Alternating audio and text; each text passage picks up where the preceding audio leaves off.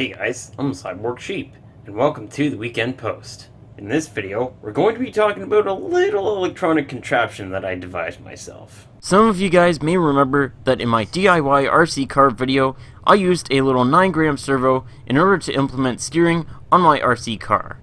The particular servo I used uses a brushed motor, similar to the one I have here. The main problem with these motors is the fact that they have a very high failure rate due to their cheap construction. The motor itself is also not that accurate, and requires a lot of extra parts in order to get the desired operation. Brushless servos exist on the market as well, and they solve the issue of poor construction that regular brush servos have. However, they are expensive, and are somewhat overcomplicated for what we intend to do. So what's the alternative, you might ask? Enter stepper motors.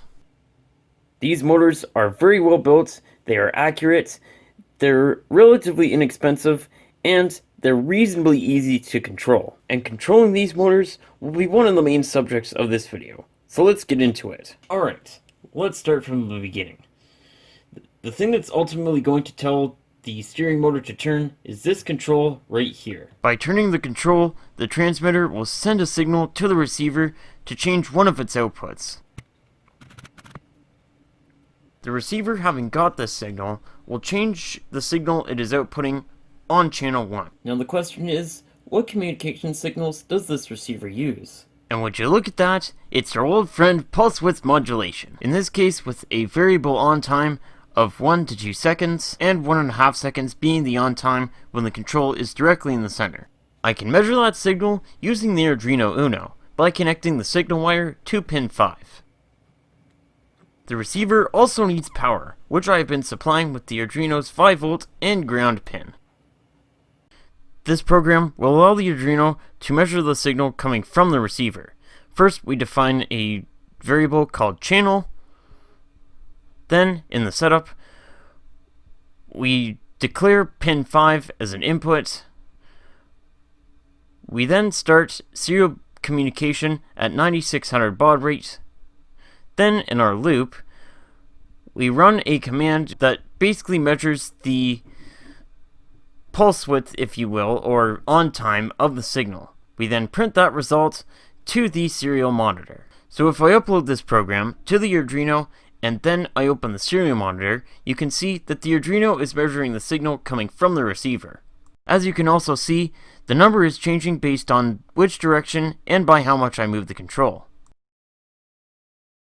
So now that the Arduino can detect the signal coming from this receiver, we need to get it turning this motor. Now we could try and connect this motor directly to the Arduino. That won't work though, because the Arduino doesn't have enough power to make this motor turn. What we need is a driver, or basically a device that uses a separate supply to power the motor externally. Taking this approach also means that it will be much easier to control the motor. And speaking of control, if we look over here on our signal side, you can see we have 3 inputs: enable, direction, and pulse. Enable and direction are pretty self-explanatory. Basically, enable is to turn on or off the motor outputs, because whenever this is on, this motor will be locked. So if you want to unlock it, basically you power the enable and the motor will turn off. As for the direction, if it's powered or not powered, the direction will be one way or another. Pulse is a little bit more complicated, so let's get into that.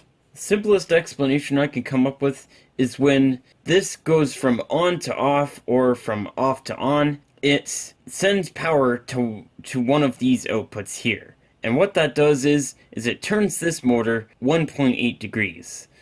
And that's based on, you can see there, I think yeah, you see there, 1.8 degrees a step. So every time you switch the pulse pin, the stepper motor will move 1.8 degrees. The wiring on the driver end is relatively simple. You'll notice that I have these 2 copper links here going between the pulse positive, the direction positive, and the enable positive. And that's basically so that I only need to use 1 wire in order to send 5 volts to all the positive legs of the signal pins. And then the other 3 are basically the other 3 pins that I use to tell which inputs to turn on and which inputs to turn off. The wiring on the Arduino end is also pretty straightforward.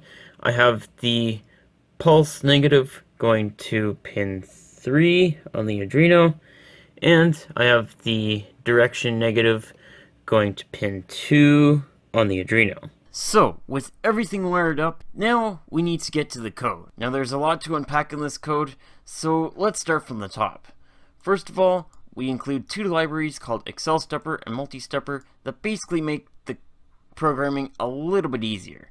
Then we defined a stepper object on pins 3 and 2. Then we define 3 variables called channel, channel now, and pause. And then in our setup, we define pin 5 as an input, and we set the max speed and acceleration of the stepper. Then in our loop, we find the pulse width of the PWM signal. You'll remember that from the previous code. Then we map that pulse width from 1 second to 2 seconds to -25 and +25 degrees. Then we do this equation here, which basically finds the difference between what the previous number of degrees was and what the current number of degrees is. And I'll get into more of why I do that later, but for now, basically, if it ends up being more than 1 or less than -1, we run the stepper. Otherwise, we turn off the output. And then down here, we set channel equal to channel now, because next time the loop runs, we'll want to know what channel was and what channel now is will be different. So that's the code. It's very complicated. Let's see what it does. So here's my code in action. If I flick this dip switch on right here, you can see we've got motion. Awesome. However, it works, but not properly. So, first of all, check this out. If I move this slowly, and then I move it back, stepper doesn't do anything. If I move it like halfway, and then I move it quickly, if I move this too slow, the stepper doesn't respond to my input. And therein lies what my problem is, sort of. The origin of the problem is with this receiver and possibly also with this transmitter. You notice how when I had the serial monitor open, the number that was scrolling up the screen, it was jumping all over the place, like, you know, the 14,000, and then would go to 15,000, 15,001 sometimes. Yeah. So initially I was running a code that was a little bit different to what I have right now. And with that code, this motor would be moving like all over the place when it wasn't supposed to. I've mitigated that in the new code, sort of. However, as you could see, with the mitigation, it's now not working properly. Now, I do have an idea of what might fix the problem I've been having with the signal jitter with this receiver. However, I'm not sure if I want to implement it in that way, because long story short, it would compromise on my accuracy with this whole system. It is also worthy of note that this jitter is happening when no control inputs are being made. It is also technically happening when control inputs are being made. In that case, it's not as noticeable, but when nothing is happening with this control, it's just jittering away. It's awful. Anyways, it's a work in progress, and as you can clearly see, there's still bugs to work out in the system.